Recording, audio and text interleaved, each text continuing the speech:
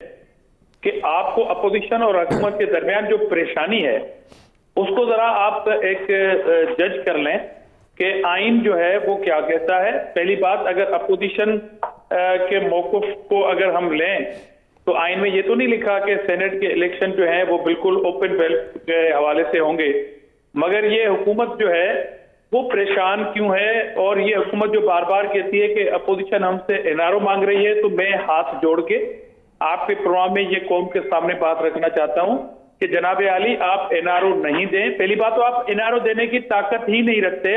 मैं अगर थोड़ी देर के लिए इस बात को मान लूं कि अपोजिशन जो है वो नेब के इशू पे एनआरओ मांग रही थी, तो नदीम साहब आपको याद है कि प्राइम मिनिस्टर साहब सिलेक्टेड प्राइम मिनिस्टर साहब तशरीफ लाए थे कराची के अंदर, बिजनेस कम्युनिटी से उन्होंने खिताब किया था और इन्होंने ये एक बात की थी कि नेब मेरे दोस्तों को तंग कर रहा है और नेब के जो है वो अपने इख्तियारात क्रॉस कर चुकी है। और जैसे ही वो कराची से इस्लामाबाद तशरीफ फरमा हुए थे, उन्होंने ऑर्डिनेंस एक लाया था नेब के कवानीन के हवाले से। तो वो क्या था, वो किसको एनआरओ देना चाह रहे थे? अपोजिशन को तो एनआरओ नहीं देना चाह रहे थे। तो अपने वो दोस्त कौन से वो दोस्त थे, और नेब को तड़ियां और धमकियां लगाने के बाद ऑर्डिनेंस क्यों आया था? तो फिर वो क्या खिचड़ी पक रही थी? तो इसलिए छोड़ दें इस बात को कि ये सो कॉल्ड जो क्रेडिबिलिटी शो करते हैं हुक्मरान, आते हैं इलेक्शन के ऊपर। मैं इनसे ये कहना चाहता हूं कि जब आप सुप्रीम कोर्ट में चले गए और उसके बाद आप ऑर्डिनेंस लेके आए, तो क्या ये आपको इतने उतावले हो गए, इतनी जल्दबाजी हो गई कि आपको सुप्रीम कोर्ट के फैसले का इंतजार भी नहीं रहा? और आप जो फरमाते थे कंटेनर से कि ये जो डेवलपमेंट फंड नुमाइंदों को दिए जाते हैं, मेंबरान को दिए जाते हैं, ये दरअसल करप्शन का दूसरा नाम है। तो 5 करोड़ पे अगर डेवलपमेंट फंड करप्शन का नाम था, तो सेनेट इलेक्शन से कुछ दिन पहले 50 करोड़ रुपए जो एमएनएस को आप देना चाहते हैं डेवलपमेंट फंड के, फिर ये क्या है? देखो नदीम साहब, एक उसूली बात है, अमेंडमेंट आती है और 18 अमेंडमेंट जो है वो बहुत बड़ी अमेंडमेंट थी।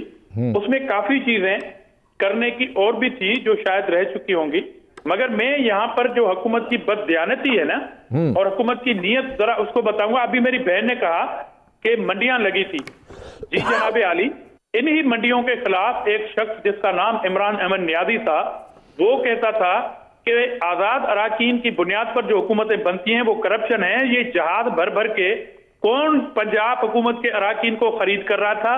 किसने फेडरल में दूसरी पार्टियों को तोड़ के ये मंडियां लगा के वहां पर पट्टा पीटीए का डाल के हुकूमत बनाई? ये किससे बात छुपी हुई है? और आप कह रही थी कि 15 करोड़ पे डेवलपमेंट जो है वो राइट होता है किसी भी मेंबर का, वो कैश नहीं मिलती, स्कीम बनती है। जी मैं भी जानता हूं, मैं भी पार्लियामेंटर रहा हूं, मगर इसकी मुखालफत कौन करता था? कौन सा शख्स था जो इसको करप्शन का सबब करार देता था? उसका नाम भी इमरान अहमद नियाजी है। तो मैं तो आपकी कई भी बातों को कह रहा हूं ना। और दूसरी बात ये कहना चाहता हूं कि देखें, आप सुप्रीम कोर्ट में चले गए, इरफान कादर साहब ने बिल्कुल ठीक बात की है। आप पार्लियामेंट आपके पास मौजूद है, आप कह रहे हैं कि आपके पास अक्सरियत है। पाकिस्तान की तारीख और पार्लियामेंट की तारीख में क्या ऐसा होता है कि आप अमेंडमेंट पेश भी करें और आप खुद एक्सेप्ट करें कि हमारे पास मेंबरान की अक्सरियत नहीं है, और आपके बुजरा जो हैं वो कोरम को पॉइंट आउट करें? मतलब क्या करना चाह रहे हैं आप वो फंड भी दे रहे हैं। तो ये 50 करोड़ का फंड दरअसल आपकी घबराहट है, आपकी नाकामी का एतराफ है, और ये फिर मंडियां लगाने के मुतरादिफ है कि आपको अपने अराकीन को खरीदना है। आपने चेक दिए हुए हैं, उनको आसरा दिया हुआ है कि आप सेनेट में वोट करें, वरना आपको पता है कि आपकी सफों में जो मातम है वो सबको पता है। तो पहले तो ये जवाब दे कि आजाद अराकीन खरीदना अगर करप्शन थी तो आपने क्यों किया? और दूसरी बात, आपने कहा सेनेट से हमने केपीके से 2 मेंबर जो है वो इलेक्ट करवाए थे। चौधरी सरवर, आपको पता है नदीम साहब जो अभी गवर्नर है वो सेनेटर बने थे कुछ टाइम पहले, उनके जो अराकीन पीटीआई की तादाद थी पंजाब में, उससे 14 वोट ज्यादा लिए थे। तो क्या ये मंडी नहीं थी? मंडी नहीं। ख्याल में पीटीआई बंद गली में पहुंच चुकी है, और एक नॉनसेंस पर्सन जो होते हैं, जो सेंसलेस होता है, वो हर घर में पत्थर फेंकता है। इन्होंने सेनेट से इलेक्शन में जो घबराहट है, ये सुप्रीम कोर्ट में भी गए हैं, ये मेंबरान को जो ये कहते थे करप्शन है, लोकल ये जो फंड होते हैं डेवलपमेंट, उसमें 50 करोड़ के इजाफा कर दिया इन्होंने।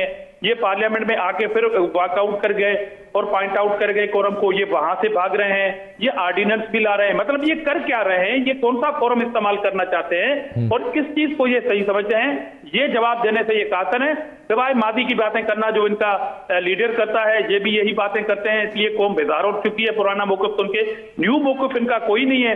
ये सुप्रीम कोर्ट को भी इसमें आड़े आना चाहते हैं, ये पार्लियामेंट में भी भागना चाहते हैं, ये डेवलपमेंट फंड में रिश्वत भी देना चाहते हैं अपने मेंबरान को, और ये ऑर्डिनेंस भी लाना चाहते हैं। तो इन्होंने कोई ऐसा घर खाली नहीं छोड़ा जिसमें इन्होंने पथराव नहीं किया। अब